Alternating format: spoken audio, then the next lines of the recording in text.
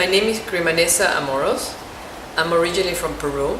I came to New York City in 1984. Sometimes, to have a magical light is very important too, you know what I'm saying? I think everything inspires me. It's a very broad word. Well, the process for me, it's very important to know the location. For me to come up with ideas or get my creativity rolling, it's very important to know where the piece is going to be going. Then of course I like to have the plans, the cuts, to see more in depth. So once I have my parameters about how big a piece could be, where is it going, is it going to be outside, is it going to be inside, then I start thinking what I'm going to be doing. And I take a lot in consideration. The viewers are very important for me, and so I like to try to give my best possible for each of the projects, not specifically just for one, but for all of them. I have a lot of respect for my viewers. Materials is something that has been interesting me throughout my career.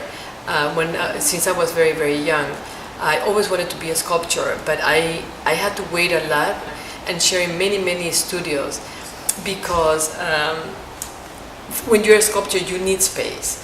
And it's something that in New York City, especially, it's very, very difficult. So I really had to wait a lot, many, many years for me to be able to get in touch with me being a sculptor. And but I think when I was a painter, it gave me a lot of sense of composition, coloring, and it's just a process of growth in your career. People have different ways of making or going. So I'm one of these persons that really, I always tell people that are around me that I don't know anything, and every day is a discovery, and every day I like to learn things.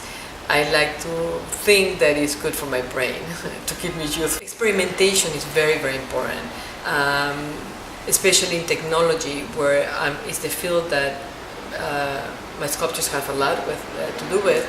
It's constantly changing.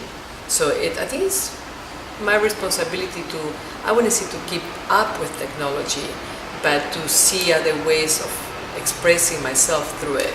Colors, they change, they vary. I would like to say that an intense purple, intense red, I like it very much. I get a lot of inspiration from nature that I try to merge it with my work. It's very powerful, especially the nature that I have been encountered with, either it's in Iceland or in Peru. Nature in both places are very, very different, but they are very, very powerful. Mountains, for example, in Switzerland, and the mountains in the Andes of Peru, they're two very different things, So it depends about individual, what they will relate more.